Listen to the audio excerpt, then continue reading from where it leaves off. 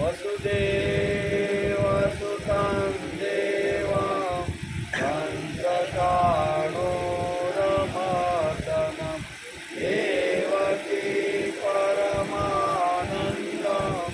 कृष्णं वन्दे जगद्गुरु गुरुर्ब्रह्मा गुरुर्विष्णु गुरुर्देवो महेश्वर गुरु साक्षात् परब्रह्म तस्मै श्री गुरुवे नमः। नारायणं नमस्कृत्य नरं चैव नरोत्तमं देवीं सरस्वतीं व्यासं ततो जयमुदीरये ततो जयमुदीरये।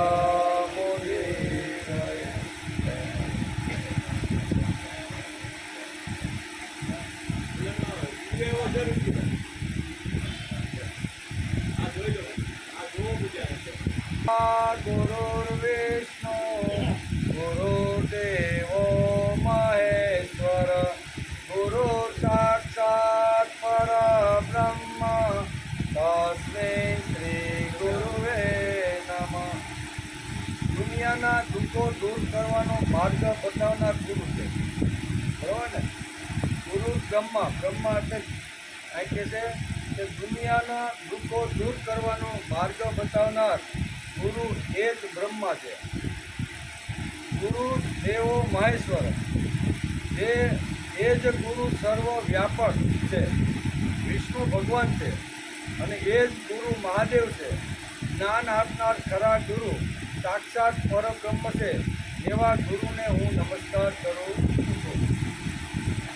તુલસી શ્રી સખી શિવે પાપહારિણી પુણ્યદે નમસ્તે નારદનુતે નમો નારાયણ પ્રિય. તુલસી શ્રી સખી શિવે પાપહારિણી પુણ્યદે, લક્ષ્મીજીની બેનપણી તથા કલ્યાણ સ્વરૂપી, પાપને હરનારી, પુણ્યને આપનારી અને નારદ જેની સ્તુતિ કરે છે તે એવી નારાયણને વહાલી તુલસી માતા, તમને હું નમસ્કાર કરું છું. બરોબર ને? આ વાઘભૂષણના શ્લોકો છે. કોઈને જિજ્ઞાસા હોય ને તો આ નાની એવી પુસ્તિકા છે ને, આમાં બધા આપણે જે શ્લોકનું જે પારાયણ કરીને એ બધું આપણે એમાંથી લઈએ. આજે શ્રીમદ ભાગવત શરૂ થયું અને 272મો દિવસ.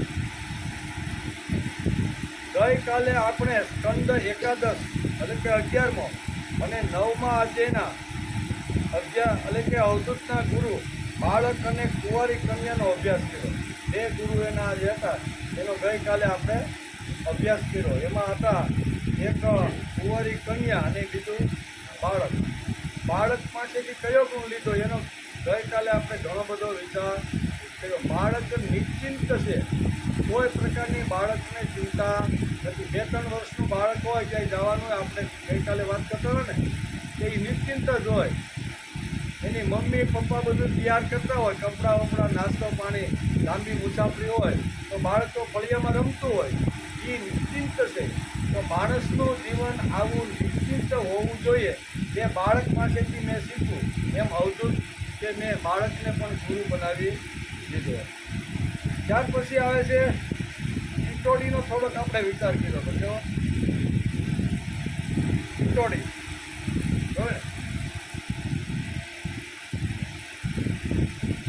સામિષમ કુરુરમ જગતો બલિર્યો એ નિરામિષા તદામિષમ પરિત્યજ્ય ન સુખમ સંવિંદતિ. ટીટોડીનું દ્રષ્ટાંત આપતા વેદવ્યાસ લખે છે અને અત્યારે અવધૂત રાજા યદુને કહે છે કે હે રાજન, એક ટીટોડીને ક્યાંકથી માંસનો ટુકડો મળ્યો. તેને જોઈને બીજા માંસલોભી પક્ષીઓ તેના ઉપર તૂટી પડ્યા. ટીટોડીએ આ મુસીબતમાંથી બચવા માટે માંસનો ટુકડો ફેંકી દીધો. ત્યારે તે બચી ગઈ અને સુખી થઈ ગઈ. આનાથી મેં એ સાર લીધો કે માણસે સંગ્રહ કરવો જોઈએ ને એમ અત્યારે અવધૂત અત્યારે પોતાને ટીટોડીને ગુરુ બનાવતા પહેલાં એણે આ વિચાર કરી લીધો કે મારી સાંચની અંદર માંસનો આવી રીતનો ટુકડો છે ને તો એ બધા પક્ષીઓ લેવા માટે દોડધામ કરે છે. મને મારવાનો બહુ સંગ્રહ કરવો ને આ ગુણ જે ટીટોડી પાસેથી હતો એ એનો પણ આપણે ગઈકાલે વિચાર કરતા હતા.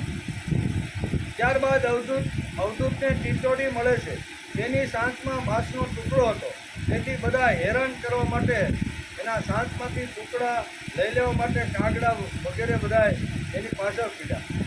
છેવટે ટીટોડીએ માંસનો ટુકડો ફેંકી દીધો તે બધા હેરાન કરવાવાળા ચાલ્યા ગયા. તેથી હેરાન ગતિ ગઈ અને ટીટોડીને સમાધાન થયું. આ સમાધાનનું જે ગુણ છે ને એ મેં ટીટોડી પાસેથી લીધો. 24 પ્રકારના ગુરુ અવધૂત દત્તાત્રેય બનાવ્યા છે એનો વિચાર અત્યારે આપણે કરી રહ્યા છીએ. એટલે કે મેં એની પાસેથી સમાધાન મેળવ્યું. ભાગવતકાર વેદવ્યાસ કહે છે કે એટલે કે અપસંગ્રહને લીધે હેરાનગતિ થાય છે તે છોડી દો તો તકલીફ ચાલી જશે. ભાગવતકારે અહીં સુંદર ટીટોડીનું દ્રષ્ટાંત આપી અને આખું ચિત્ર ઊભું કરી દીધું છે. આખું ભાગવતકાર વેદવ્યાસે આખું ટીટોડીનું ચિત્ર ઊભું કરી અને આપણી સામે આ આખો વિષય મૂકી દીધો છે. ઘણા લોકો આનો અર્થ એવો કરે છે કે બધી સંપત્તિ ફેંકી દો. અહીં માંસના ટુકડાનો અર્થ થાય છે ઉપભોગ્ય વસ્તુ. ઉપભોગ્ય એટલે ભોગવવાની વસ્તુ. માંસનો ટુકડાનો અર્થ આ છે. ઉપભોગ્ય વસ્તુ આવી ક્યાંથી? ટીટોડી લાવી ક્યાંથી? કોણે એને આપી? ક્યાંથી લીધી? કેમ કરી લીધી? તેનો વિચાર ન કરતા તે વસ્તુ ફેંકી દેવાની ભાષા બોલવી કેટલી યોગ્ય છે? કોઈ પણ માણસ મહેનત કરી અને પોતાનું ખાવા માટે લાવે અને બીજા લોકો જેનો આંચકી લે તો આ વાત કેટલી યોગ્ય જ નથી ને. માણસ મહેનત કરે, પુરુષાર્થ કરે, કોઈ જગ્યાએ જાય અને ખાવાની વસ્તુ સાચમાં લાવે અને બીજો કોઈ આવી અને જો એને મારી મસજીદ જો લઈ જાય તો ભાગવતકાર કહે છે આ વાત કેટલી યોગ્ય છે. એટલે ટીટોડી ક્યાંથી લાવી, કેમ લાવી, શું લાવી એનો વિચાર માણસે કરવું જોઈએ. ઉપભોગ્ય વસ્તુ આવી ક્યાંથી? કોણે આપી? લીધી કેમ? તેનો વિચાર ન કરતા તે વસ્તુ ફેંકી દેવાની ભાષા બોલવી કેટલી યોગ્ય છે? શું તેની પાસે સંપત્તિ છે તેને શું ફેંકી દેવાની? પુરુષાર્થ કરી, મહેનત કરી અને જેણે આવી રીતની સંપત્તિ ભેગી કરી હોય તો જેની પાસે સંપત્તિ નથી એવા લોકો સંપત્તિ ઉપર તૂટી પડે, સંપત્તિમાન ઉપર. તો સંપત્તિમાને શું એ સંપત્તિને ફેંકી દેવાની? અહીંયા ટીટોડીએ તો માંસનો ટુકડો પોતાના બચવા માટે હેરાન કરતા હતા તેને ફેંકી દીધો. પણ એના ઉપરથી વેદવ્યાસ આપને સમજાવે છે કે સમાજની અંદર માણસ પુરુષાર્થ કરે છે, મહેનત કરે છે, પરસેવો પાડે છે, અક્કલ બુદ્ધિ વાપરી અને ઘણું બધું ધન ભેગું કરે છે. એ ધન ભેગું કર્યા પછી જેને ધન મળ્યું નથી એ બધા ભેગા થાય અને જેને ધન મળેલું છે તો શું એને હેરાન કરવાના? આ પ્રશ્ન આખો ભાગવતકાર અહીં ઊભો કર્યો કે ટીટોડીનું દ્રષ્ટાંત આપીને આપણને આ સમાજને આ બધું શીખવા માટે વેદવ્યાસે આખો ટીટોડીનો પ્રસંગ ઊભો છે. શું તેની પાસે સંપત્તિ છે તેને હું ફેંકી દેવાની? ટીટોડીએ જેમ માંસનો ટુકડો ફેંકી દીધો કે હા જ ભાઈ હું જીવનમાંથી તો બચી ગઈ, નકર આ કેટલા લોકો બધા ગરજા છે, સમળી છે, કાગડા જેવા છે એ મારી પાસે આ લેવા માટે પડ્યા. એટલે કે તું ફેંકી દઈને ગરીબ બાવો બની જવાનું? આ સમજે છે કે માણસે મહેનત કરી હોય, અક્કલ વાપરી હોય, હોશિયારી વાપરી હોય અને ઘણો બધો ધનનો સંગ્રહ કર્યો હોય અને એ કોઈ પાછળ પડે એટલે શું એને આપીને પાછો રોડ ઉપર બાવો બની જવાનો? આ બહુ સમજવા જેવો પ્રશ્ન ભાગવતકારે ટીટોડીના આવી રીતના ઉપાખ્યાનથી સમજાવવાનો પ્રયત્ન કર્યો છે. એટલે કે ગરીબ બાવો બની જવાનું? જેની પાસે છે તે આવ્યું ક્યાંથી? કોણે આપ્યું? એનો વિચાર કરશો તો ખબર પડશે કે ઘણાની પાસે માંસ ન હતું. આની પાસે કેમ આવ્યું? એની પૂર્વજન્મનું કાંઈ પુણ્ય હતું એને હિસાબે મળ્યું. પોતે પુરુષાર્થ કરીને કોઈ ખેતરમાં જઈને આ માંસનો ટુકડો શોધી લાવી કે અકલ હોશિયારી વાપરીને કોઈ જગ્યાથી આવી, આનો માણસે વિચાર કરવો જોઈએ. ટીટોડી પાસે જ હતું તે તેણે ફેંકી દીધું. આ ફેંકી દેવું અર્થ બરાબર નથી. આપી દીધું આ અર્થ યોગ્ય છે. તે લાક્ષણિક અને અન્યોક્તિ શક્તિથી સમજવું જોઈએ. એકની પાસે છે અને ઘણાની પાસે નથી. તે જેની પાસે છે તેને હેરાન કરે છે. આજની ભાષામાં કેવું હોય તો ઉપભોગ્ય વસ્તુ જેની પાસે છે, જેની પાસે ઉપભોગ્ય વસ્તુ નથી, એ લોકો એને હેરાન કરતા રહેલા. આજની ભાષામાં ટીટોડીનું દ્રષ્ટાંત આપી અને ભાગવતકાર વેદવ્યાસ આપણે આ સમજાવે.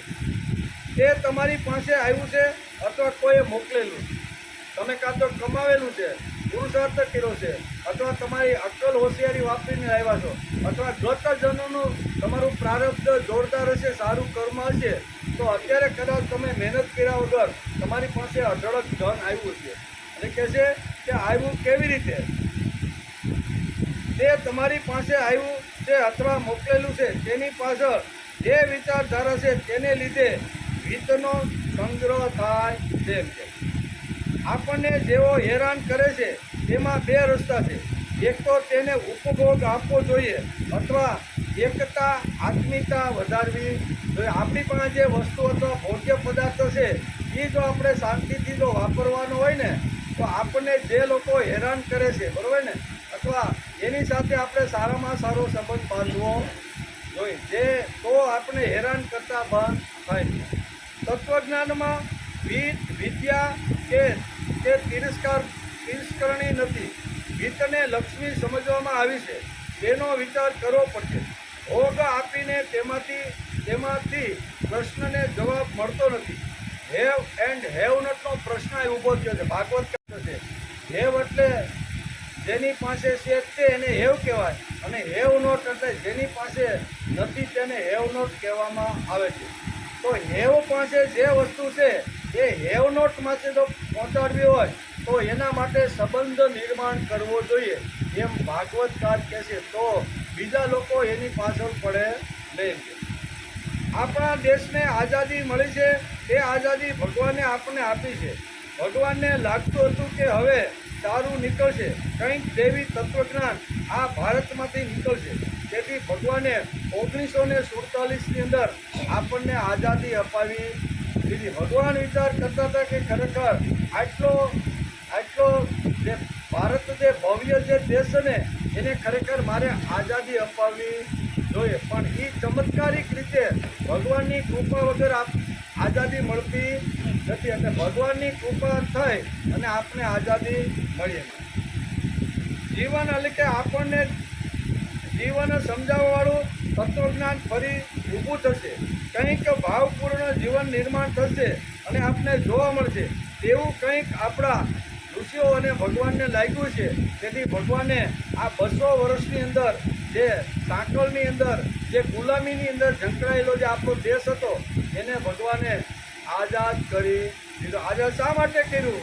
કે આઝાદ કર્યા પછી આ દેશની અંદર આ ચંદન છે માટી મારા દેશની, ખુશ્બુ ફેલાવે મારા દેશની, આવું કાંઈક આઝાદી આપ્યા પછી આ લોકો કાંઈક કરશે એવી ભગવાનને આશા અને શ્રદ્ધા બંધાણી. તેથી અહીંયા કહે છે ને કે લેબર પાર્ટી અને કન્ઝર્વેટિવ પાર્ટી આનો આખો ઊંડો અભ્યાસ કરી તો ભારતને આઝાદી શા માટે ને કેવી રીતે મળી એ ભગવાનની કૃપા વગર શક્ય નથી. આપણે 200 વર્ષ સુધી ગુલામીમાં હતા. અંગ્રેજોએ આપણા ઉપર શાસન કર્યું, આપણે ગુલામ બનાવ્યા. આપણી જ ખેતી, આપણો જે કાંઈ હતું એ બધું એના હાથની અંદર રાખીને ગુલામ તરીકે આપણે 200 વર્ષ સુધી રાખ્યું. 1947ની અંદર ઇંગ્લેન્ડમાં આખી ઇલેક્શન આવી, ચૂંટણી આવી. ઇંગ્લેન્ડમાંથી આપણા દેશને ગુલામી બનાવવાનું આવી રીતનું આખા જે દેશની અંદર અંગ્રેજો ગયા ને એ બધાને ગુલામ બનાવે એનું હેન્ડલિંગ ઇંગ્લેન્ડમાંથી થતું હતું, બરાબર ને. હેન્ડલ આખું ક્યાં થાય? જે દેશો ગુલામ, ચીન હોય, ભારત હોય, કોઈ પણ જે દેશ ગુલામ હતા એનો હેન્ડલ બધું ત્યાંથી થાય. પછી એ વખતે ત્યાં 1947માં ઇલેક્શન આવી અને ઇલેક્શનમાં ઇંગ્લેન્ડમાં 2 પાર્ટી ઊભી થઈ, એક કન્ઝર્વેટિવ પાર્ટી અને એક લેબર પાર્ટી. આ બંને પાર્ટીના નેતાઓએ પોતાના એજન્ડા બહાર પાડ્યા કે ભાઈ અમે જો ઇંગ્લેન્ડની સત્તા ઉપર આવશું ને તો અમે આટલું કામ કરશું. આજે આપણે ઇલેક્શનમાં નથી કહેતા કે ભાઈ અમારો પક્ષ જો સત્તા ઉપર આવશે ને તો આટલું તમને દેશમાં આમ કરી દેવું, પછી તમારા બેંકના નાણાં વ્યાજ છે એ બધા માફ કરવા, ઘણું કે નહીં. તો આવી રીતનું ઇંગ્લેન્ડમાં પણ થઈ, બે પાર્ટીઓ ઊભી થઈ અને એમાં ચર્ચિલે આપણે ખબર છે કે જે વખતે આવી રીતનું ઇંગ્લેન્ડ અથવા એને બચાવવા માટે ઘણો બધો જબરદસ્ત પ્રયત્ન કર્યો હતો, બરાબર. તો એ પાર્ટી ચર્ચિલની પાર્ટી હતી કન્ઝર્વેટિવ પાર્ટી, બરાબર. તો એ કન્ઝર્વેટિવ પાર્ટીના નેતા હતા એ હતા ચર્ચિલ, અને લેબર પાર્ટીના જે નેતા હતા ને એ હતા એડની. બંનેએ પોતપોતાના એજન્ડા બહાર પાડ્યા. ચર્ચિલે પોતાના એજન્ડામાં લખ્યું કે હું જો ઇંગ્લેન્ડની સત્તા ઉપર આવીશ ને તો ભારતને ક્યારેય હું ગુલામીમાંથી મુક્ત કરીશ નહીં, એને હું ગુલામ જ રાખીશ. ઇંગ્લેન્ડની સત્તા ઉપર આવું ને તો ભારતને મારે કોઈ દિવસ આઝાદ કરવાનો નથી.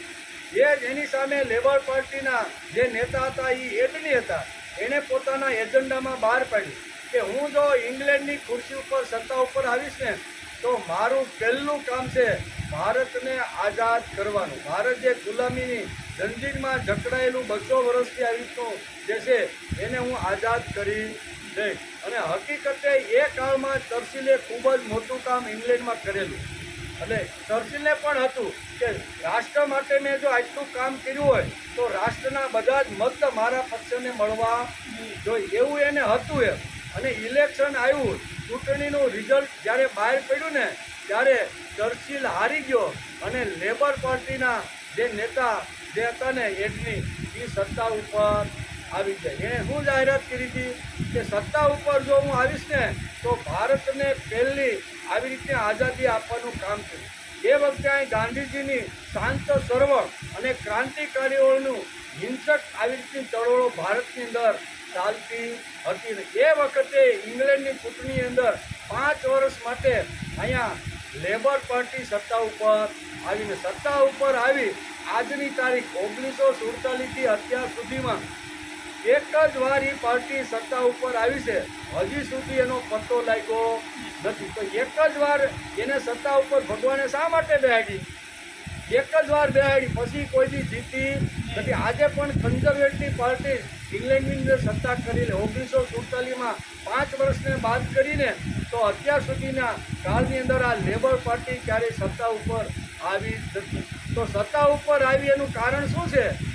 એનું કારણ આ છે, આનો સંકલ્પ સારો હતો કે ભાઈ મારે ભારતને આઝાદ બનાવવાનું છે. અને આઝાદ બનાવ્યા પછી એણે 1947માં સીધો જ ઓર્ડર કર્યો કે ભારતને જંજીરમાંથી મુક્ત કરીને આઝાદ કરી દો. આ ઘટના છે. એટલે દાદા પાંડુરંગ શાસ્ત્રી કહે છે કે આપણા દેશને આઝાદી મળી છે, એ આઝાદી ભગવાનને આપી છે. કોને? ભગવાનને આપી. નકર આટલો એક લેબર એટલે કે સામાન્ય મજૂર માણસનો છોકરો આવી રીતનો નેતા બને અને એ જીતી જાય એવું તો શક્ય નથી. કારણ કે સત્તા ઉપર બેઠા છે એ જ્યારે ચૂંટણી લડતા હોય તો અઢળક એની પાસે ભંડોળ હોય, બરાબર ને? તો એ ભંડોળના હિસ્સે પાછું સત્તા ઉપર આવે છે. અને ઓલી નવી ઊભી થયેલી જે પાર્ટી છે એ તો કોરી કડકી હોય, એની પાસે પ્રચાર કરવાના કે કોઈ સાધનો હોતા નથી. દાદા પાંડુરંગ શાસ્ત્રી પોતાના પ્રવચનમાં કહે છે કે આપણા દેશને આઝાદી મળી છે, એ આઝાદી ભગવાને આપી છે. ભગવાનને લાગતું હતું કે હવે સારું કંઈક ભારતમાંથી નીકળશે, રત્નો નીકળશે, કંઈક દેવી તત્વજ્ઞાન નીકળશે, જીવન સમજાવવાવાળું તત્વજ્ઞાન ફરી ઊભું થશે, કંઈ ભાવપૂર્ણ જીવન નિર્માણ થયેલું જોવા મળશે. એવું કંઈ થયું નહીં. 1948 પછી આપણે 2024માં જીવીએ છીએ. તો જે હેતુથી ભગવાને અહીંયા ભારતને આઝાદી અપાવી એવા ફળ અત્યારે આપણે જોવા મળતા નથી. જેની પાસે માંસ છે હેવ, અને જેની પાસે માંસ નથી હેવ નોટ, બે વર્ગ ઊભા થયા, હેવ અને હેવ નોટ. જેમની પાસે વિત્ત છે તેઓ સમજ્યા નહીં કે અમારી પાસે જે લક્ષ્મી આવી છે તે ટકાવી પડશે, તેના માટે શું કરવું? અમારી પાસે ભગવાને કંઈ અમારો પુરુષાર્થ છે, પ્રારબ્ધ છે, મહેનત છે, જે કાંઈ છે જેને લીધે અમારી પાસે સંપત્તિ આવી છે તેને અમારે ટકાવવી પડશે, તેના માટે શું કરવું? નદી વહી જાય તો પાણી ફોગટ સમુદ્રમાં ચાલ્યું જાય છે. બંધ બાંધીને નદીના પાણીને બાંધવું જોઈએ, રોકવું જોઈએ, તો જ ભારતના જે ખેતરો છે એ સુજલામ સુફલામ બને. નહીતર પાણી રોકી નહીં, આખા ચોમાસાના 4 મહિના પાણી બધું જો સમુદ્રમાં વહી જાય તો આ હરિયાળી ધરતી થાય નહીં. પાણીને બાંધવામાં ન આવે તો શક્તિ નિર્માણ થતી નથી. વિદ્વાન લોકોએ શું કર્યું? પોતાનું અસ્તિત્વ ટકાવવાને માટે વિત સત્તાધીશોના પગ પાસે મૂકી દીધું. જે સંપત્તિવાન જે અબજોપતિ જે લોકો હતા એણે શું કર્યું કે સત્તાની ટોચ ઉપર જે બેઠેલા જે રાજનેતાઓ છે એના પગની અંદર આ બધી સંપત્તિ ધરી દીધી અને એને હિસાબે સત્યાનાશ નીકળી ગયો. એમ કે છે કે એના હિસાબે સમાજની અંદર ઘણું બધું આવી રીતનું અજુગતું થયું છે. આ દેશની ભૂમિ ભાવ ભક્તિ સંપન્ન છે. જે પૈસા તેમણે રાજકીય અને કથાકારોના પગ માથે પગ ઉપર ધર્યા છે તેને હિસાબે સમાજનો સત્યાનાશ નીકળી ગયો છે. કથાકારોને કરોડો રૂપિયા આવી ફી આપીને 7-8 દિવસ સુધી કથાઓ કરાવે. રાજનીતિજ્ઞો સત્તા ઉપર બેસી અને પોતાને મળતા રહેલા જે ધનવાનો પાસેથી જે પૈસા છે એ ગમે ત્યાં વેડફીને સમાજનો સત્યાનાશ કાઢતા રહેલા છે. સમાજના ઉત્કર્ષ માટે, સમાજના વિકાસ માટે, સમાજના સારું ધ્યેય સમાજમાં નિર્માણ થાય એને બદલે કોઈ વાપરતું નથી. એટલે કે આ ભારતની ભૂમિની અંદર ભગવાનને લાગ્યું કે આને જો હું આઝાદી અપાવીશ ને તો આમાં પાછી હતી તેવી સુજલામ સુફલામ થઈ જશે. કે આપણું ભાવગીત છે ને, ચંદન છે માટી મારા દેશની, ખુશ્બુ ફેલાવે મારા દેશની, આવ્યા અહીં 10 અવતાર કરવા હળવો ભૂમિ ભાર, આપી જગને વેદો 4 સમજાવ્યો જીવનનો સાર, આવી વિભૂતિ મારા દેશની, ખુશ્બુ ફેલાવે મારા દેશની, ચંદન છે માટી મારા દેશની, ખુશ્બુ ફેલાવે મારા દેશની. આ આપણી ભારતની માટીથી ભગવાનને લાગ્યું કાંઈ વાંધો નહીં, 200 વર્ષ સુધી ભલે આ લોકો ગુલામીમાં રહ્યા પણ એની જે માટી છે ને એ માટીના કણકણની અંદર આવી રીતની ઉત્સાહિત વ્યક્તિઓ પડેલી છે. જે વીર છે, જે યોદ્ધાઓ છે, જે આવી રીતના જે પોતાનું ખાઈને પણ હજારો લોકોના જીવન ઉજળા કરે એવા કણો આ ધરતી માતાની અંદર પડેલા છે. પોતાનો રોટલો ખાય, પોતાનો સમય, પોતાની શક્તિ, પોતાનું વિત્ત વાપરી અને આ ધરતીને સુજલામ સુફલામ બનાવશે એવી ભગવાનને અપેક્ષા હતી. અને ધીમે ધીમે થયું શું તો કે સત્તા ઉપર બેસી ગયા અને એ સત્તા જો ટકે તો અમારા ઉદ્યોગો સારામાં સારા હાલે. તેથી ઉદ્યોગપતિઓ બધા અબજો રૂપિયા સત્તાવાનના પગની અંદર ધરી લીધા અને એને હિસાબે પાછી 5 વર્ષ સુધી પાછી બીજી સત્તા ટકે એટલા માટે ધનવાનો પાસેથી મળેલું જે વિત્ત છે એ વિત્તના પ્રચારથી પાછો 5 વર્ષ ઉપર પછી ખુરશી ઉપર બેસી જાય. એટલે એ ચાલુ જ રહે. એનું કારણ શું છે કે ધનવાનો ખૂબ જ એને પંપાળતા રહેલા છે. આ દેશની ભૂમિ ભાવ ભક્તિ સંપન્ન છે. જે પૈસા તેમણે રાજકીય અને કથાકારોના પગ ઉપર ધર્યા છે તેના બદલે ગ્રુપ તૈયાર કરી વિવિધ જિલ્લાઓમાં દૈવી વિચારો પહોંચાડત અને ભાવવૃદ્ધિ વધારવાનો પ્રયત્ન કરત તો દેશમાં આજે કંઈક મોટું ચિત્ર આપણે જોવા મળે. આઝાદી પછી આ લોકોએ જે કામ કર્યું છે ને પૈસા વેરવાનું, તો એની જગ્યાએ કોઈ સામાન્ય જે સારા લોકોનું ગ્રુપ બનાવ્યું હોય, સાત્વિક લોકોનું ગ્રુપ બનાવ્યું હોય અને એવા લોકોનું પોષણ કરી અને ગામડામાં અને આવી રીતના આદિવાસીના જંગલમાં જો એને આવી રીતના સંસ્કારો અને શિક્ષણ લઈને જો મોકલા હોત ને તો 1947 પછી આપણી કાંઈક બુદ્ધિ આવી રીતની હોત. પણ એવું થઈ શક્યું નહીં. મહાપુરુષ પાંડુરંગ શાસ્ત્રી પોતાના પ્રવચનમાં ગઈકાલે જ આ વ્યવસાય એને થયેલું હતું. ગઈકાલનું જ પ્રવચન. ગઈકાલે મહાપુરુષે કીધું કે સત્તા અને સંપન્નથી થયેલો આખો જે રાજનીતિ જે આખો પક્ષ છે ને એના પગની અંદર અબજોપતિ થેલીઓ, રૂપિયાની થેલીઓ મૂકી છે. એની જગ્યાએ જો આ લોકોએ સંપત્તિ મળ્યા પછી આવું એક નાના સાત્વિક સજ્જનોનું ગ્રુપ બનાવ્યું હોત અને એને એમ કીધું હોત કે ભાઈ તમે જંગલમાં ફરો, રામ અને કૃષ્ણની વાતો લઈ જાઓ, ગીતા વેદ ઉપનિષદના સિદ્ધાંતો લઈ જાય અને સમાજને સુસંસ્કૃત બનાવવાનું કામ કરો, અમે તમારી પાછળ ઊભા થઈ. એને બદલે એણે જે સંપત્તિ હતી એ બધાય રાજનીતિના જે રાજકીય લોકો છે એના પગમાં ધરી દીધી, જેથી સમાજનું આજે અધપતન જોવા મળે કે મહાપુરુષને કેટલી લાંબી દ્રષ્ટિને કેટલું એનું અડકું છે.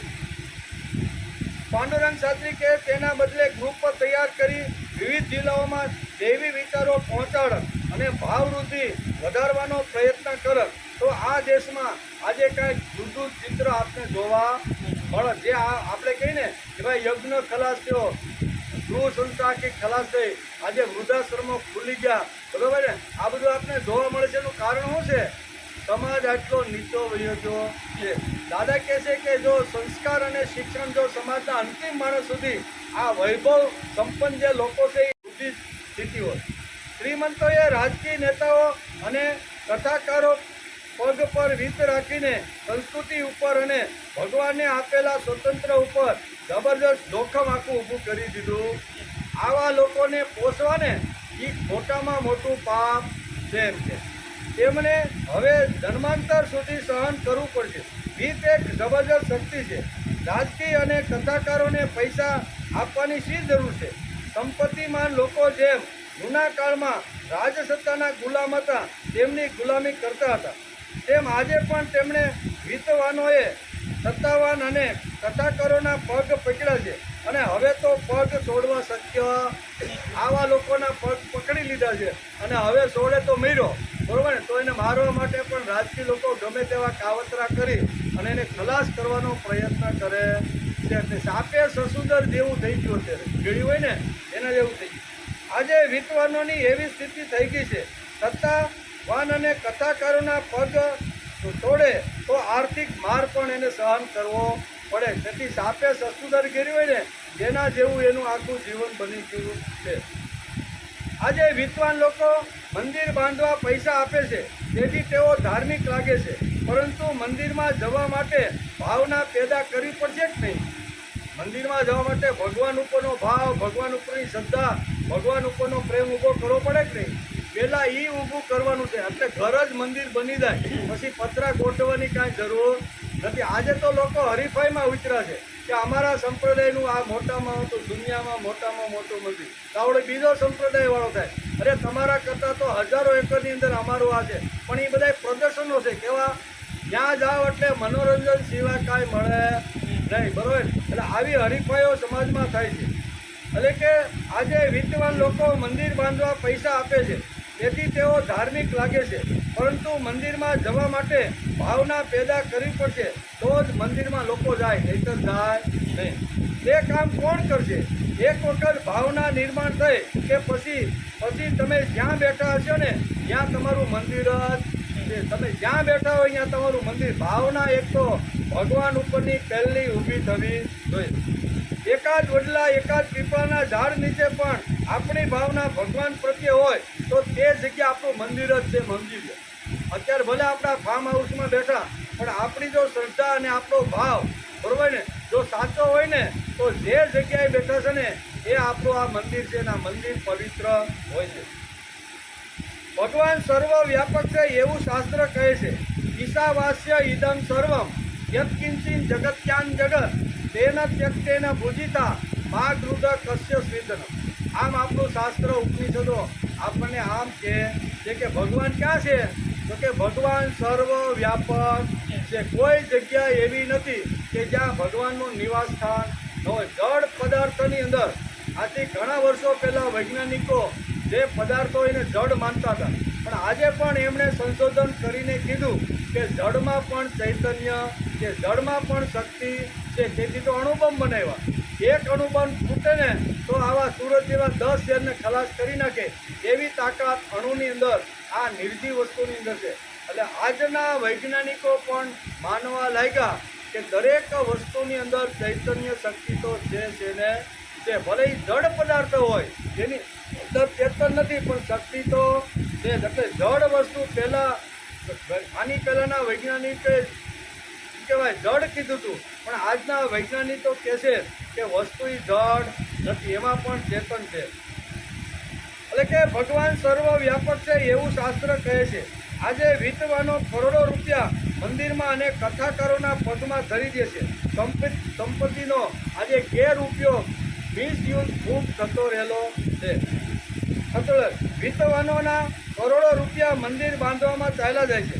મંદિરમાંથી અને મંદિરે બાંધી અને બોલે છે કે દુનિયાનું અમે મોટામાં મોટું મંદિર અત્યારે અમે નિર્માણ કરી રહ્યા છીએ. ભાવના નિર્માણ કરવાની છે. ભગવાન પ્રત્યેનો આદર, ભગવાન પ્રત્યેનો પ્રેમ, ભગવાન પ્રત્યેનો ભાવ, ભગવાન પ્રત્યેની આત્મીયતા માણસની અંદર નિર્માણ કરવી જોઈએ. તો જે જગ્યાએ આપણે નિર્માણ કરશું ને એ જ આપણું મંદિર બની જશે. પ્રભુ નાનકડું ઘર મારું સદાય તારું મંદિર હો. આપણું નાનકડું ઘર હોય ને એની અંદર જો આ બધી વાતો હોય તો એ આપણું મંદિર જ છે. પથ્થર ઉપર પથ્થર બાંધવો, રૂપિયા ખિસ્સામાં હોય તો એમાં કાંઈ અઘરું નથી. પથ્થરની બાજુમાં પથ્થર મૂકી અને મોટી ઇમારતો કરવી એમાં કાંઈ ગૌરવ લેવા જેવી વાત નથી. પણ માણસની પાસે માણસને બેહાડવો ને આ અઘરામાં અઘરું જો કામ હોય ને દુનિયાની અંદર તો માણસની પાસે માણસને બેસાડવો આ મોટામાં મોટું કામ છે. તેથી મહાપુરુષો આ જગતની અંદર આવે છે, મંદિરો બાંધતા નથી, પણ માનવની અંદર રહેલો જે માનવ્ય છે એને ખીલાવીને પોતાના મનની અંદર જ ભગવાનને ઊભો કરી દે છે. તેથી કહે છે એટલે કે આપણા પૂર્વજોએ બ્રહ્મ શક્તિ એટલે બુદ્ધિ શક્તિ, શાસ્ત્ર શક્તિ અને વિત્ત શક્તિ ત્રણેય શક્તિને જુદા રાખીને એક શક્તિ પેદા કરી હતી અને તે જ શક્તિ એટલે બ્રહ્મ શક્તિ. બ્રહ્મ શક્તિ એ બુદ્ધિ શક્તિ, વિત્ત શક્તિ અને શરીર શક્તિ.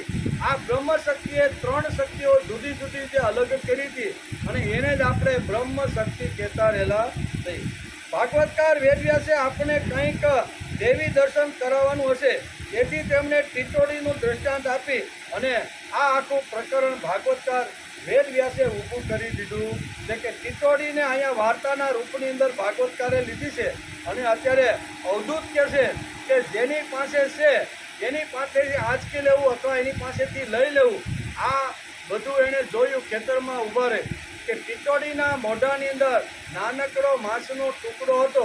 એને પુરુષાર્થ કર્યો, એણે મહેનત કરી, એણે અક્કલ વાપરી, એને બુદ્ધિ વાપરી, પેટમાં ભૂખ લાગી હતી એટલે મહેનત કરીને ખાવાનું એ લાવી.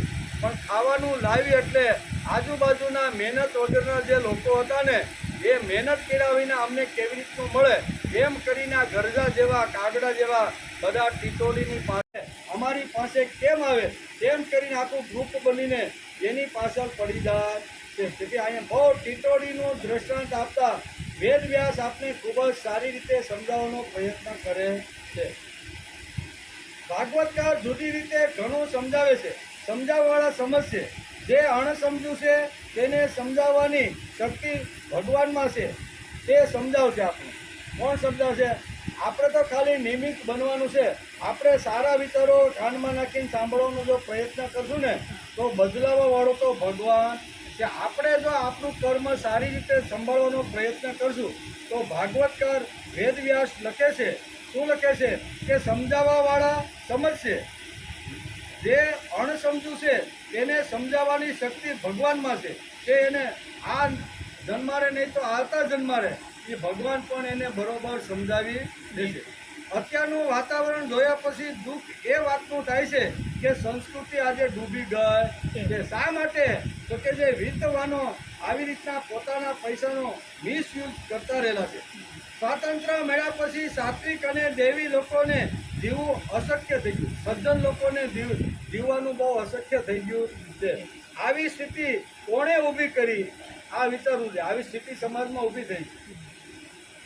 આજે શું મળશે તે ન જોતા પ્રભુ નોંધશે એ દ્રષ્ટિથી આપવું એટલે ફેંકી દેવું.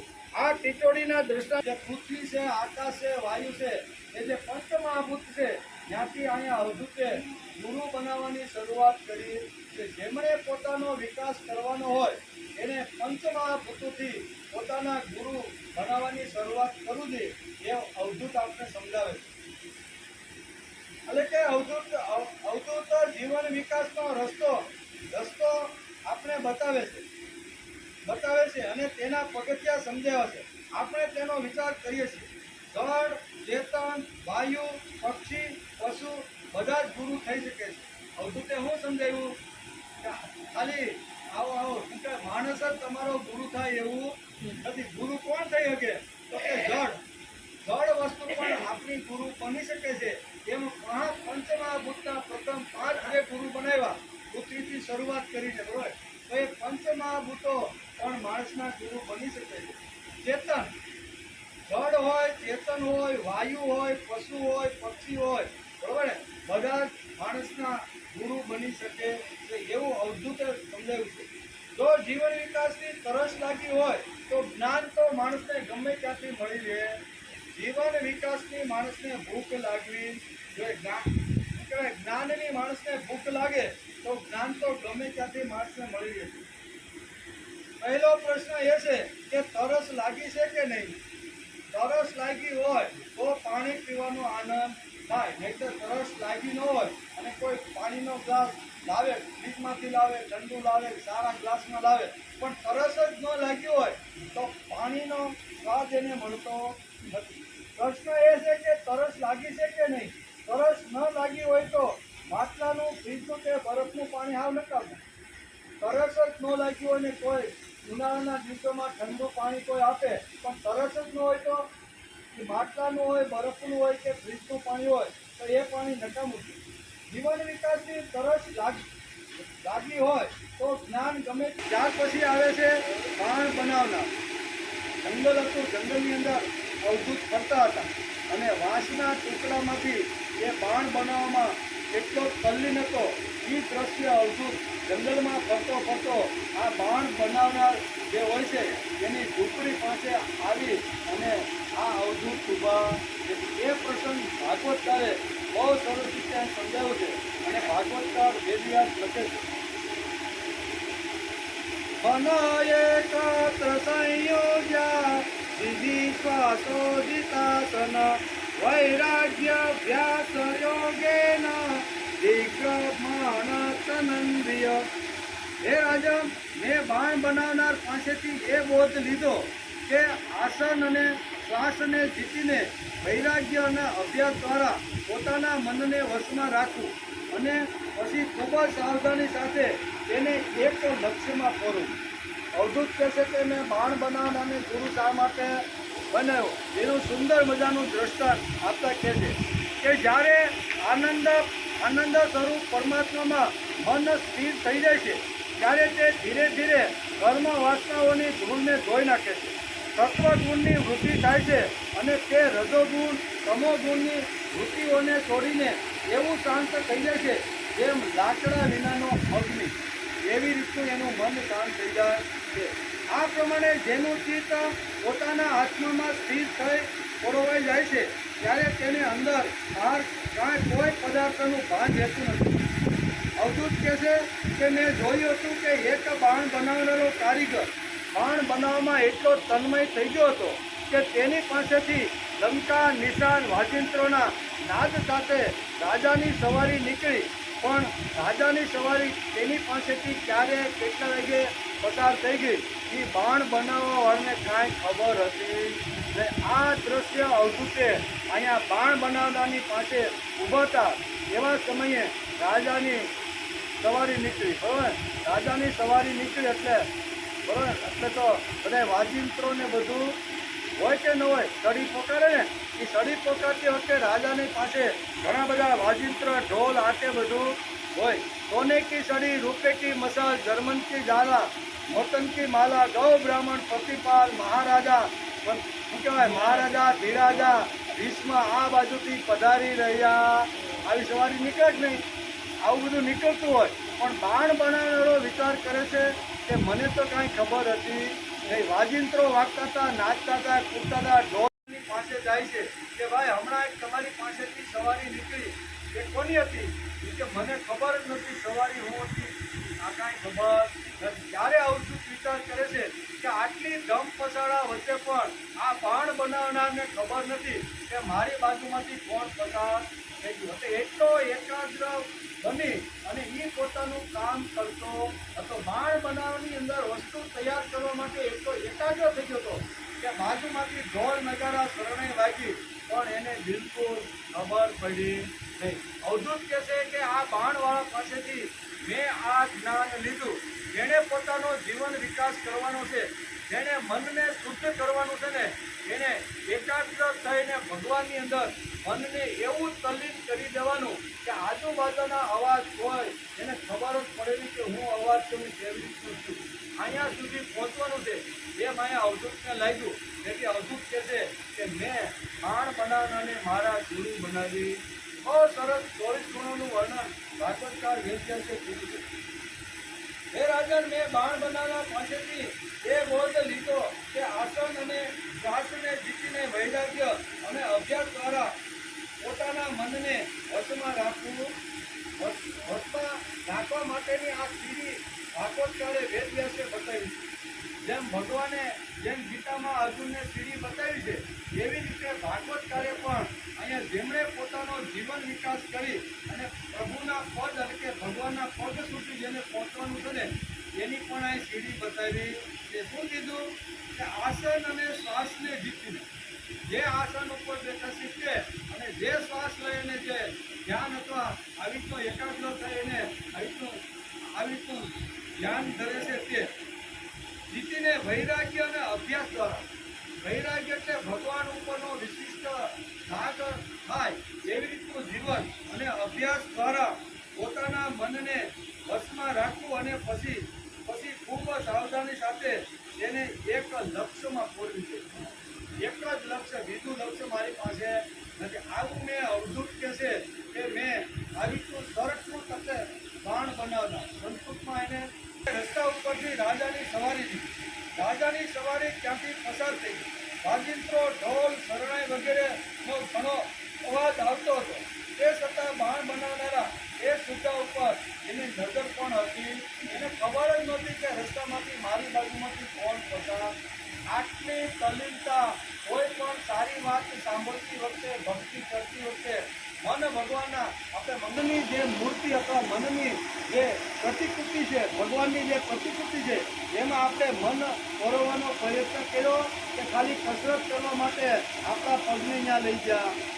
કસરત થાય એમાં કાંઈ ત્યાં નથી, પણ મન પવિત્ર શુદ્ધ થતું નથી. મન તો ત્યારે શુદ્ધ થાય છે કે જે પ્રતિકૃતિ પ્રતિમા છે ને, એની અંદર 5 મિનિટ 10 મિનિટ મારું મન આખા જગતને ભૂલી અને એ પ્રતિમાની અંદર સ્થિર થઈ જાય તો સમજવાનું કે મેં શૃંગાર અને મંગળાના દર્શન કર્યા છે. નકર આપણે કઈ ખરા કે ભાઈ અમે દર્શન કર્યા વગર પાણી પણ મોઢામાં લેતા નથી. પણ તું કસરત કરવા ગયો તો ભાઈ, અને લોકો કે વાહ ભગત બરોબર છો, આ ભગત અહીંયા આવ્યા વગર તો રહેતા નથી. એટલે એમાંથી બહાર નીકળવાનું છે.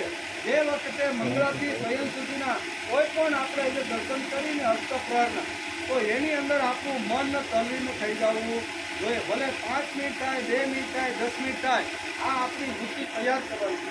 અને એ વૃત્તિ તૈયાર કરવા માટે ભાગવતકારે અહીંયા સ્વરકૃતનું દૃષ્ટાંત આપ્યું. કે બાણ બનાવવાનું દૃષ્ટાંત આપીને કીધું છે પોતાના કાર્યમાં, પોતાના કર્મમાં, પોતાના વ્યવસાયમાં એટલો એ તલ્લીન થઈ ગયો હતો કે બાજુમાંથી શું પસાર થાય છે એ એને ખબર નહીં. કદાચ આ વ્યવસાયની અંદર એટલો તલ્લીન થઈ ગયો હોય તો આપણે તલ્લીન ભગવાનમાં થવાનું.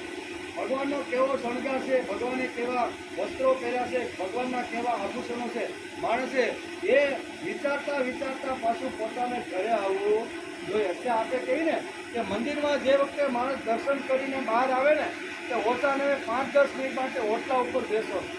આપણું ભારતીય સંસ્કૃતિમાં આવું એક વિધાન છે કે ભગવાનના દર્શન કર્યા, મંદિરમાંથી બહાર આવ્યા, મંદિરની બહાર ઓટલા છે તો ઓટલા ઉપર હુકામાં બેહવાનું કે બસ અંદર બીડી ન પીવાય ને એટલે ઓટલા ઉપર બીડી પીવા માટે બેહવાનું. ઘણા આવું લોકો એટલા માટે બેહવાનું.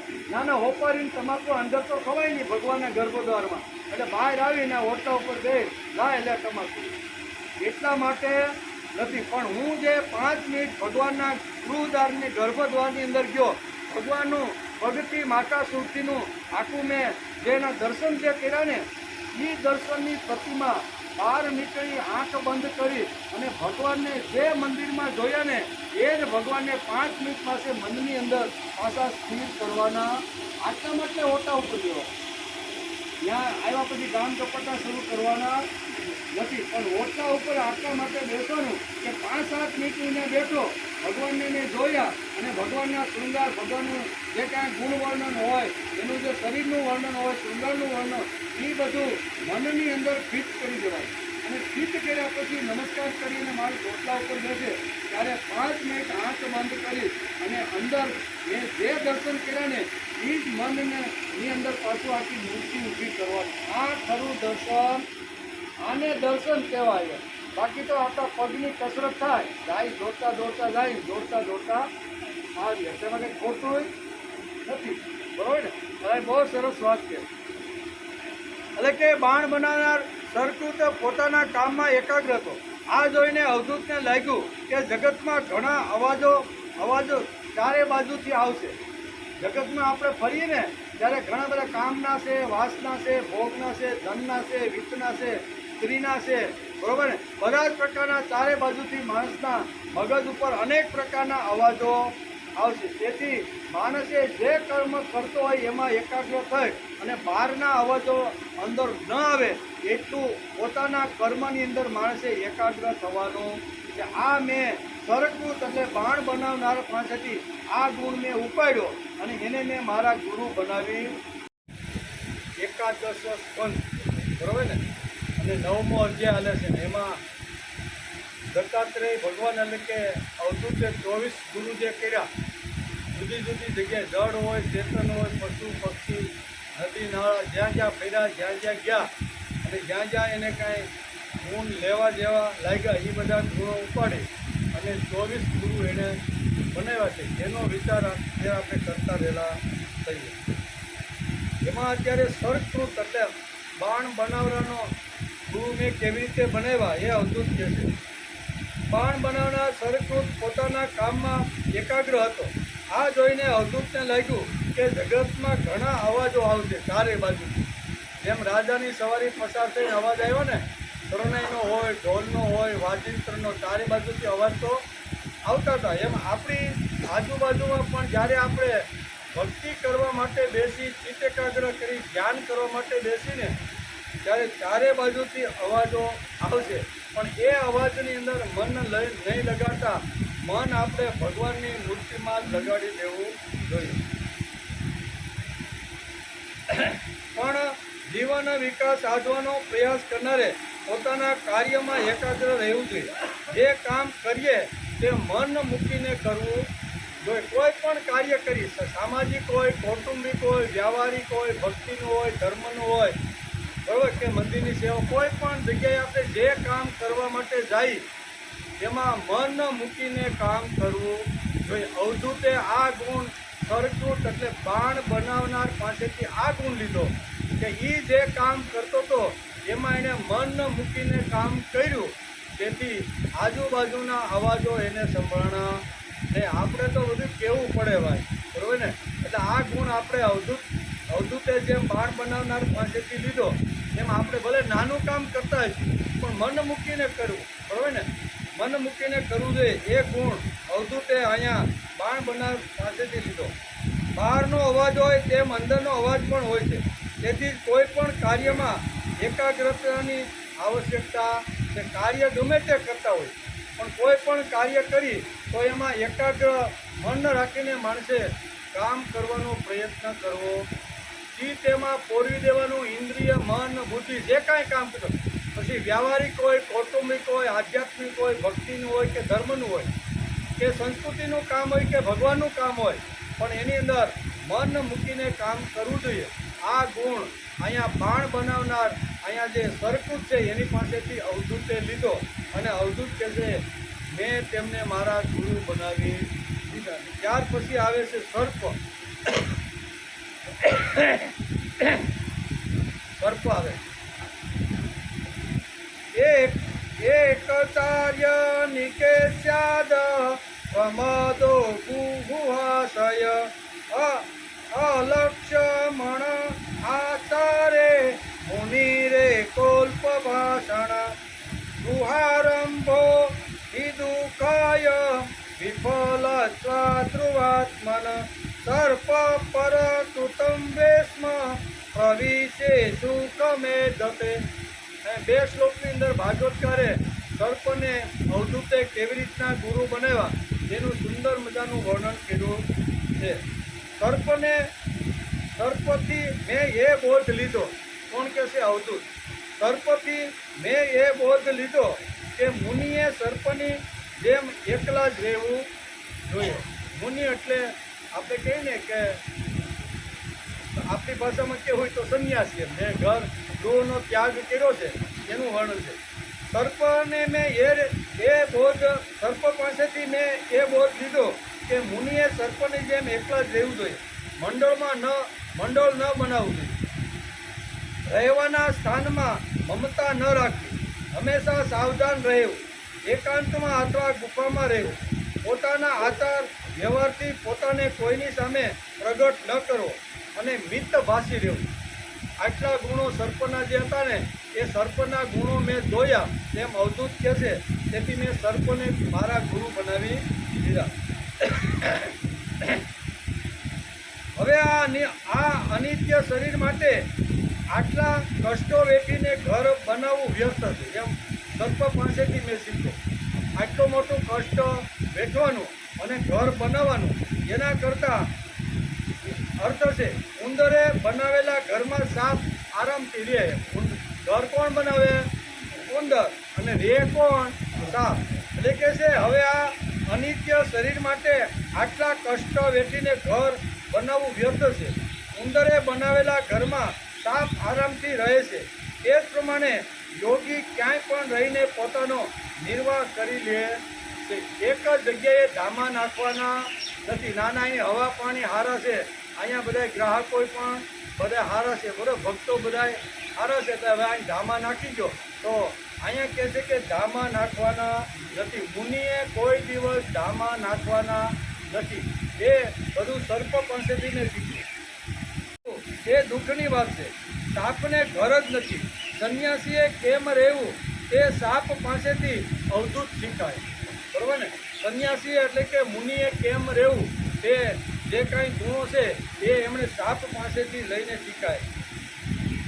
એટલે કે આજે તો અમે ઘર બાંધીએ છીએ અને સંન્યાસી મઠ બાંધે છે, મંદિર બાંધે છે. એમાં શું ફરક ભાઈ? એમાં કાંઈ ગૃહનો ત્યાગ કરી દીધો, ઘરને છોડી દીધા, મા બાપને છોડ્યા, બરાબર, અને પછી પાછો કોઈ મઠ બાંધે ને કોઈ મંદિર બાંધે અને ત્યાં મંદિર બાંધીને રહેવા માંડે અને અનેક પ્રકારના શિષ્યો પાછા મૂંડે. તો ઘેરે અહીંયા ઘરવાળી તારી સેવા કરતી હતી, પરિણો હતો, છોકરા તારી સેવા કરે, તો અહીંયા જે સેવા તને મળે છે એવી જ સેવા જો તારે મઠમાં કરવાનું હોય તો તારે ગૃહ ત્યાગ કરવાની શું જરૂર છે? સાપ પાસેથી આ શીખવા મળ્યું. કોણ કહે છે? અહીંયા અવધૂત કહે છે કે આજે અમે ઘર બાંધીએ છીએ અને સંન્યાસીઓ મઠ બાંધે છે, મંદિર બાંધે છે. એમાં ફરક શું છે? કાંઈ નહીં, કાંઈ ફરક એમાં નથી. સંન્યાસીએ સાપની જેમ ઘર ન બાંધવું જોઈએ. સાપ જનસંઘનો ત્યાગ કરે છે. સાપ જનસંઘનો ત્યાગ કરે છે. જ્યાં ઘણા લોકો હોય ત્યાં સાપ નથી રહેતો. મઠ મંદિર બાંધી પડ્યું રહેવું એ અહીં શાસ્ત્ર ભાગવત આપને ના પાડે. સાપની જેમ જ્યાં ઘણા લોકો રહેતા હોય ત્યાં સાપ કોઈથી રહેતો નથી. એમ આવી રીતના જે મુનિ છે, સંન્યાસી છે, એણે આવી રીતનો રહેવાનો પ્રયત્ન કરવો જોઈએ. સંન્યાસીએ પણ જનસંઘનો ત્યાગ કરવો જોઈએ. સાપ છુપાઈને ચાલી જાય. જો આપણે કદાચ બાજુમાં હોય ને તો સાપ છુપાઈને ચાલ્યો જાય છે. તેમાં સંન્યાસીએ મંદિર મઠ બાંધી ને ઘરમાં ધામા નાખવાના નથી. ત્યાંથી ધીમે ધીમે સાપની જેમ પસાર થઈને નીકળી જવાનું છે. બરાબર? અહીંયા યતિ ધર્મ સંગ્રહની અંદર આપણે વાત કરતા હતા કે જૈન ધર્મનો સુંદર મજાનો એક ગ્રંથ છે જેનું નામ છે યતિ ધર્મ સંગ્રહ. યતિ ધર્મ સંગ્રહની અંદર આ બધી વાતો, જેમ ભાગવતે જે સાપનું દ્રષ્ટાંત આપીને વેદવ્યાસે જે વાતો લખી છે એ બધી જ વાતો અહીંયા યતિ ધર્મ સંગ્રહની અંદર આવી રીતના આવા જૈન લોકોના ગ્રંથની અંદર એમાં પણ આ જ બધી વાતો લખેલી છે કે જે મુનિ થયો છે, ઘર છોડ્યું છે, સંન્યાસ લીધો છે, એના નીતિ નિયમો કેવા હોય કેવી રીતની વાણી હોય, કેવી રીતનું વર્તન હોય, ક્યાં કેટલી જગ્યાએ કેટલો સમય રોકાવું, શું ખાવું શું નહીં ખાવું, જ્યાંથી જે મળે તે બધું ભેગું કરવાનું અને પછી અહીંયા શું કહે છે તળાવ કે કૂવાની અંદર જબોળીને રસ નીકળી જાય. આ બધા જે નીતિ નિયમો છે એ ભાગવતકારે અહીંયા બહુ સરસ રીતે સાપનું ઉદાહરણ આપી અને યતિ ધર્મના નિયમો જેમ જૈન લોકોએ એના ગ્રંથમાં સમજાવ્યા છે એમ ભાગવતકારે પણ વેદ અહીંયા ભાગવતની અંદર આ સમજાવ્યા છે. સંન્યાસી ઘર કે મંદિર મઠ ન બાંધે, ધન સંગ્રહ ન કરે, સાપ પાસે અપરિગ્રહતા છે તેમ સંન્યાસી પાસે પણ અપરિગ્રહતા હોવી જોઈએ. સાપની પાસે હાથ જ નથી તો શું સંગ્રહ કરે? આવી રીતનું કોઈ સંગ્રહ કરવાનો નહીં. સંન્યાસી આ ભાગવતમાં પણ લખ્યું છે અને આમાં ધર્મ સંગ્રહ ગ્રંથની અંદર પણ લખ્યું છે કે સંન્યાસી જે ઘરનો ત્યાગ કરી અને ગૃહનો ત્યાગ કરી અને જ્યારે સમાજની અંદર ફરે છે ત્યારે ભૂખ તો ભાઈ બધાને લાગવાની છે. ભૂખ લાગે તો સંન્યાસીએ શું કરવાનું? તો યતિ ધર્મ સંગ્રહમાં લખ્યું છે કે જે ગામની અંદર સંન્યાસી રાત્રિ રોકાય એ ગામની અંદર 5 કે 7 ઘરમાં જવાનું. કેટલા? વધારેમાં વધારે 7 અને ઓછામાં ઓછા 5 ઘરની અંદર પોતાની ઢોળી લઈને જવાનું. એમાં ભિક્ષાનદેહી કરીને 5 ઘરની અંદર ઊભું રહેવાનું અને 5 ઘરમાંથી અન્ન જુદું જુદું બધું ખાવાનું મળે. ક્યાંય દાળ ભાત હોય, ક્યાંય શાક હોય, ક્યાં સંભારો હોય, ક્યાં એ બધું ઢોળીમાં નાખવાનું, નદી કિનારે આવવાનું, એને જબોળવાનું, બધા રસો ખલાસ થઈ જાય અને પછી એનો આહાર કરવાનો. આ યતિ ધર્મનો નિયમ છે. યતિ ધર્મ એટલે સંન્યાસ જેણે લેવાનો હોય ને તેણે લેતા પહેલાં આ બધા નિયમો વાંચી લેવા જોઈએ અને પછી ગૃહ ત્યાગ કરી અને પછી ભગવા ધારણ કરવા જોઈએ. આપણી પાસે બુદ્ધિ છે અને હાથ છે. અમે હાથથી ઉપાડીએ છીએ અને બુદ્ધિથી રાખીએ છીએ. બુદ્ધિ છે તેથી ફિક્સ ડિપોઝિટમાં રાખી દીધા છે. તેથી શાસ્ત્રકારો કહે છે કે જે મુનિ છે, જે સંન્યાસી છે, જે યતિ છે ને એણે ખૂબ જ કાળજી કરીને સમાજમાં ફરવાનું હોય છે. નાનું ગામ હોય તો એક રાત્રિથી વધારે ત્યાં રોકાવાનું નહીં. રાત્રે લોકોને મળે, સંપર્કમાં આવે, એની સાથે થોડો સત્સંગ થાય અને બીજે દિવસે જ્યાંથી એને ગામ બદલી નાખવાનું હોય છે. શા માટે? તો કે અહીંયા જન સંગ્રહ કરવાની શાસ્ત્રકારો યતિ મુનિ અને સંન્યાસીને ના પાડે છે કે એણે લોકોનો આવી રીતના લોક સમૂહનો સંગ્રહ કરવો નહીં. નક્કર એમાં આસક્તિ રહી જાય અને એમાં આસક્તિ રહી જાય તો મરે તો પાછો એનો એ જ આસક્તિ એની જોડે આવે છે. અને બીજે દિવસે કદાચ કેટલી મોટું ગામ હોય તો ત્યાં 2 રાત્રિ રોકાવાનું. નગર જેવું હોય, સુરત જેવું મોટું શહેર તો ત્યાં 5 રાત્રિ રોકાવાનું. કેવી રીતનું ખાવાનું, કેટલું ખાવાનું, ક્યારે ખાવાનું, ક્યાં રોકાવાનું, રોકાયા પછી ત્યાં કેવી વાણી વર્તન વિચાર કરવો એ બધું જ યતિ ધર્મ સંગ્રહ ગ્રંથની અંદર ખૂબ જ સરસ રીતે અહીંયા જૈન ગ્રંથની અંદર બધું લખેલું છે. એવું જ ભાગવતકારે અહીંયા સાપનું ઉદાહરણ આપીને અહીંયા મુનિએ કેવી રીતનું રહેવું એનું બધું સુંદર વર્ણન કર્યું છે. એટલે કે આપણી પાસે બુદ્ધિ છે અને હાથ છે. અમે હાથથી ઉપાડીએ છીએ અને બુદ્ધિથી રાખી દઈએ. કોઈનું ધન ઉપાડવાનું હોય તો હાથથી ઉપાડી લઈએ અને બુદ્ધિથી પછી બેંકમાં જમા કરીને ફિક્સ ડિપોઝિટમાં રાખી દેવાનું. તેની સંભાળ બીજો રાખે છે. આપણે બેંકમાં કે પોસ્ટ ઓફિસમાં આપણું ધન મૂક્યાવી તો સંભાળ બીજો ઉજાગરો કોણ કરે? બીજો. આપણે કાંઈ ઉજાગરો કરવાની જરૂર પડતી. તેની સંભાળ બીજો રાખે છે. પોતાની મિલકત બીજો સંભાળે એવી વ્યવસ્થા કરનાર પાસે કેટલી બુદ્ધિ હશે? સેફમાં રાખનાર નિરાતે સુવિધા. આપણે તો ભાઈ બેંકમાં ને પોસ્ટ ઓફિસમાં મૂક્યા છે એટલે હવે આપણે ઉજાગરા કરવાની જરૂર નથી, શાંતિથી સુઈ જાય છે. મનુષ્ય પાસે અક્કલ ઘણી છે. વિમાનની મુસાફરી અને ઇન્ટરનેટ વાયરલેસની શોધ છે ને આ તો અદ્ભુત શોધો વૈજ્ઞાનિકોએ કરી છે. બરાબર ને? અદ્ભુત શોધો કરી છે. માણસની બુદ્ધિ આ પરમ અવધિ ઉપર પહોંચી ગયેલી કે અહીંયા બેઠા પછી હજારો કિલોમીટર, 10,000 કિલોમીટર હોય કે 20,000 કિલોમીટર તમારો દીકરો ત્યાં ભણતો હોય તો ફેસ ટુ ફેસ એની તમે સાથે વાતચીત પણ કરી શકો. આ જે ઇન્ટરનેટની જે શોધ છે ને એ કોઈ સામાન્ય શોધ નથી. આકાશની અંદર જેમ સમળી પાંખ પટપટાવીને જેમ ઉડે છે એમ હજારો લોકો એક જ પ્લેનમાં બેસીને 1000 લોકો એક સાથે સામાન સાથે બેસી અને 50,000 60,000 ફૂટ ઉપર આવી રીતના ઉડે છે કે નહીં? આ અદ્ભુત આવી રીતની વૈજ્ઞાનિકોની શોધ છે કે નથી? આ બધી શોધો છે. મનુષ્ય પાસે અક્કલ ઘણી છે. વિમાનની મુસાફરી અને ઇન્ટરનેટ વાયરલેસની શોધ, આ 2 શોધમાં માણસની બુદ્ધિ પરમ અવધિ ઉપર પહોંચી છે. સાપ પાસેથી અવધૂતે 5 વાતો લીધી. કેટલી? સાપને જોયા પછી દરની અંદરથી બહાર નીકળો અને એ વખતે અવધૂત ત્યાંથી પસાર થાય છે. એણે જોયું કે ઉંદરે બનાવેલું જે ઘર છે પોતે બનાવેલું નથી, બીજાએ બનાવેલું જે ઘર છે એ બીજાના ઘરમાં બનાવેલા ઘરમાં એ માણસ ત્યાં ગયો અને બહાર નીકળ્યો ત્યારે અવધૂતની નજર સર્પ ઉપર, સાપ ઉપર જાય છે. કે સાપ ઉપર એની નજર જાય છે અને એ જોયા પછી અવધૂત કહે છે આ 5 ગુણ મેં એની પાસે લઈ અને સાપને મેં મારો ગુરુ બનાવી લીધો. પહેલો ગુણ મેં એની પાસેથી લીધો, ધન સંગ્રહ ખોટો છે. સંગ્રહ કરવાનો નહીં. વાયુ ઉપર રહે ને કે મોટા ભાગે જે સાપ છે ને એ વાયુનું સેવન કરીને રહેતો હોય. સર્પા પીબંતી પવનન દુર્બલાસ્ત, આવું આપણું સુભાષિત કહે છે. સાપ હવા ખાય છે પણ દુર્બળ રહી શકતો. સર્પા એટલે સાપ, બરોબર. એ આવી રીતનો ધન સંગ્રહ કરવાનો જે ગુણ છે એ ગુણ મેં સાપ પાસેથી લીધો. બીજું, ઘર કે મઠ બાંધવાની જરૂર નહીં. બાંધે બીજા અને રહેવાનું મજા કરવાની ભાડુતાઈ. કેવી? ઓલાએ 25-50 કરોડનો બંગલો બનાવ્યો હોય પણ આ તો 25-50 હજાર રૂપિયા આપી ભાડે રહીને જલસા કરતો રહેલો છે. સાપનું પણ એવું જ છે. ઘર બનાવે ઉંદરભાઈ અને ભાડે રહે કોણ? ભાડું સાપ તો સૂતું તો નથી. આવે ને ઉંદરભાઈ પોતાના ઘરમાં તો વગર મહેનતે સાપભાઈને ખોરાક પણ મળી જાય છે. કહેવાનો અર્થ કે ભાડે રહેના લોકો બહુ સુખી માણસો છે. એમ જૂના કાળમાં હતા, અત્યારે નહીં.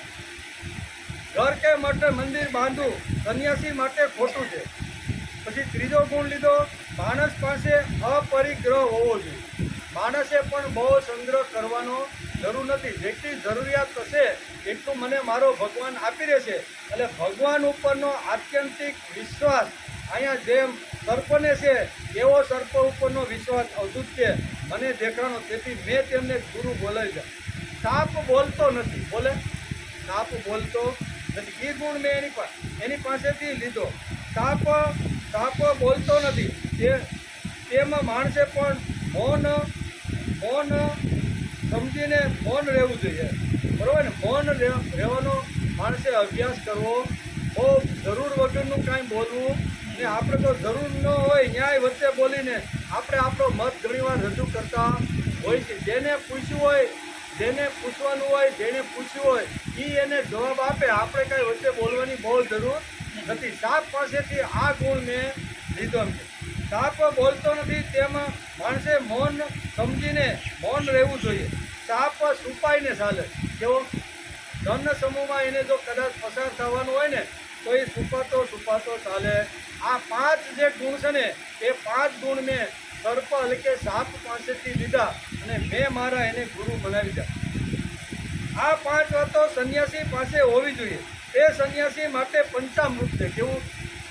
મુનિ યતિ પણ બોલાય, સંન્યાસી પણ બોલાય, મુનિ પણ બોલાય, બરોબર ને?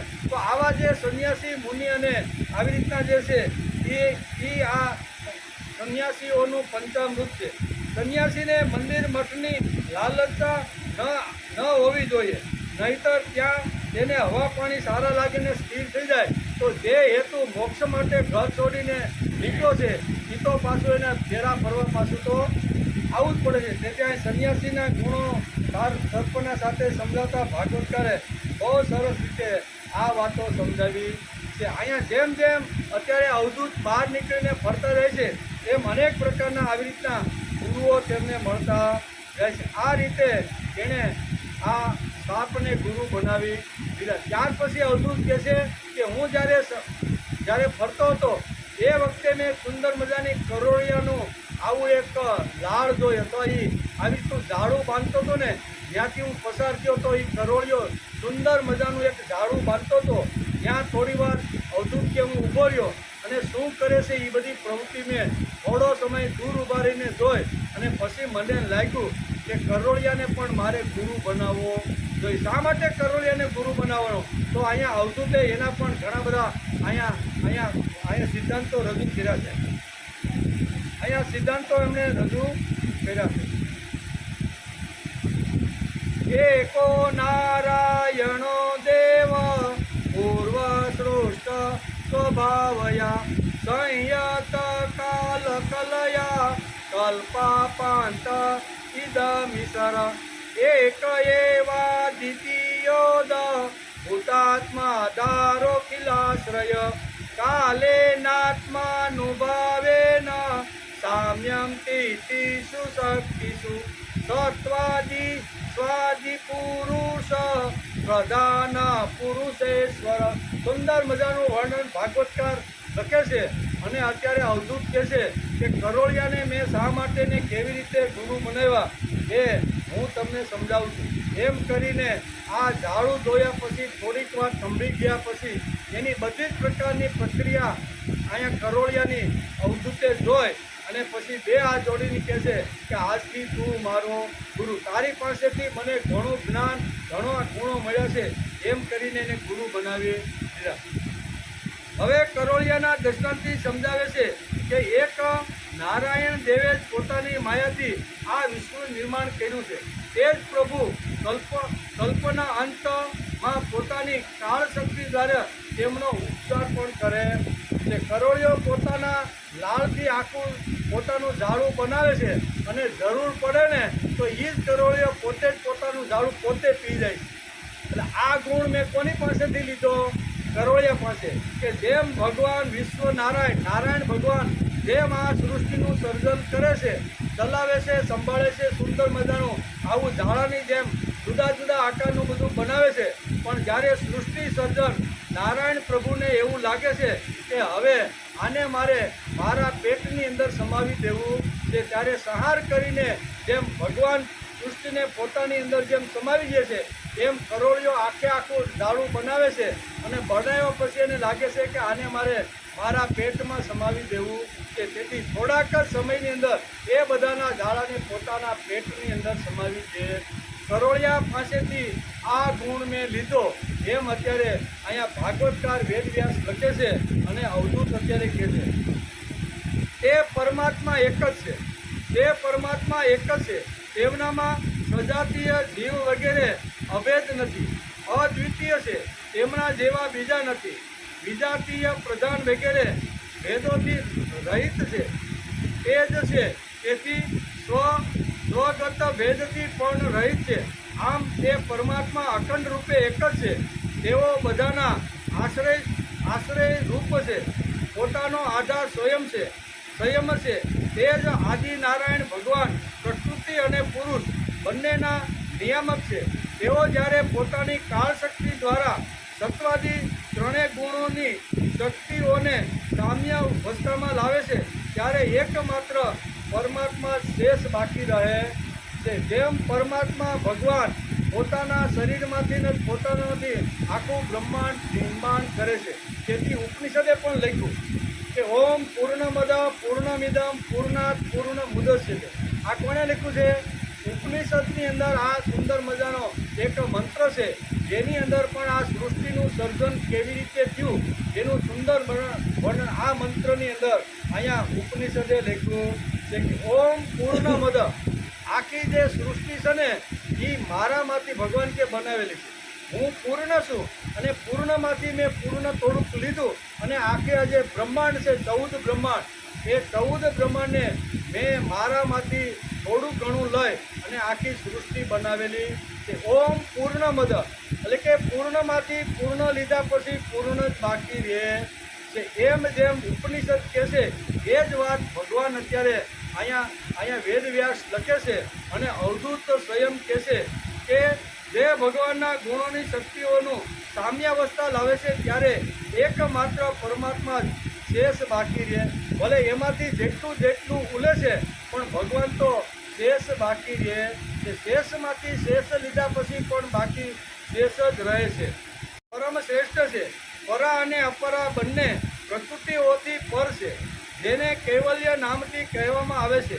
કૈવલ્ય સંજ્ઞિત એટલે કેવળ એકલા અથવા મોક્ષ આવી સંજ્ઞા થાય છે.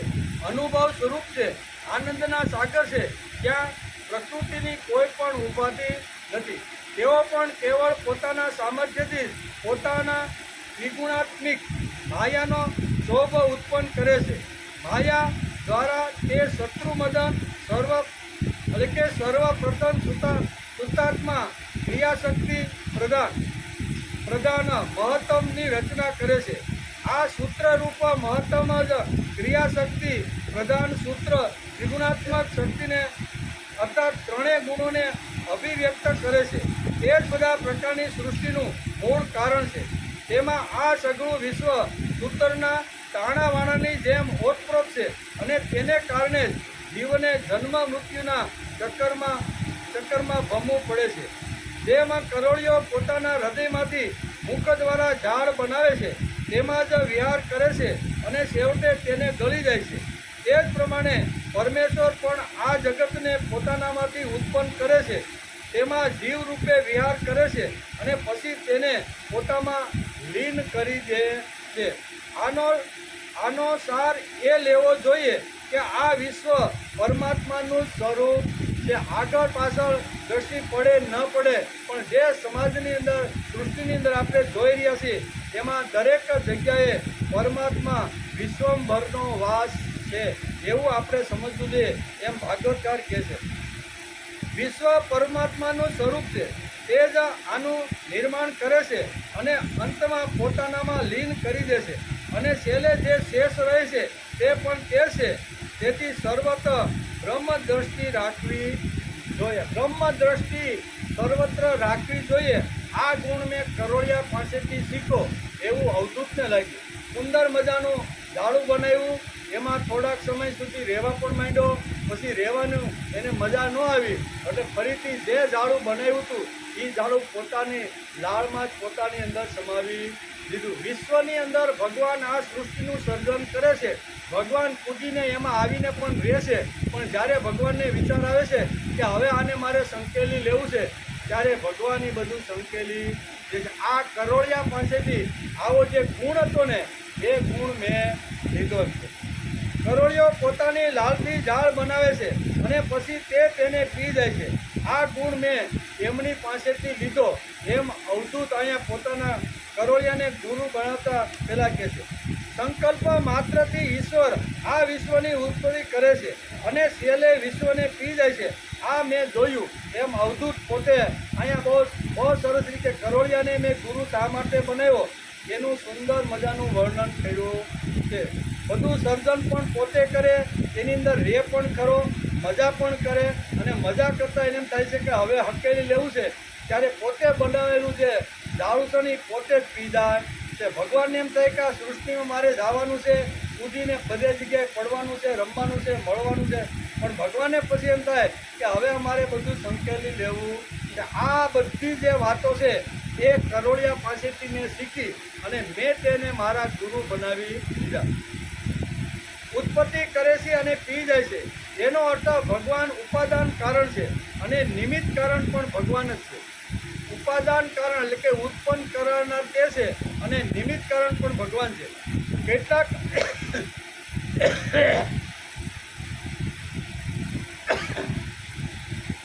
નિમિત્ત કારણ છે, ઉપાદાન કારણ નથી. ઘણા લોકોની અલગ અલગ ભગવાન બ્રહ્મના બારામાં ઘણી બધી વિચારસરણીઓ હોય છે.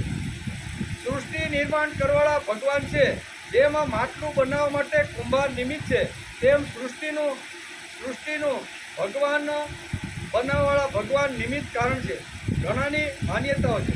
શાસ્ત્રનો અંતિમ નિર્ણય એ છે કે ભગવાન કેવળ નિમિત્ત કારણ નથી, ભગવાન ઉપાદાન કારણ પણ છે. નિમિત્ત કારણ નથી, ઉત્પાદન પણ તે જ કરે છે.